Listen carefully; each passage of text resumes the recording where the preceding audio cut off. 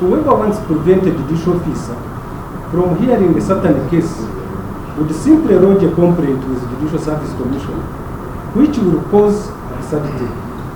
I do not find any ground for refusal based on allegations of incompetence or bias. So, my Lord, it is my humble prayer, the question as framed, as proposed, or an agreeable modification of the same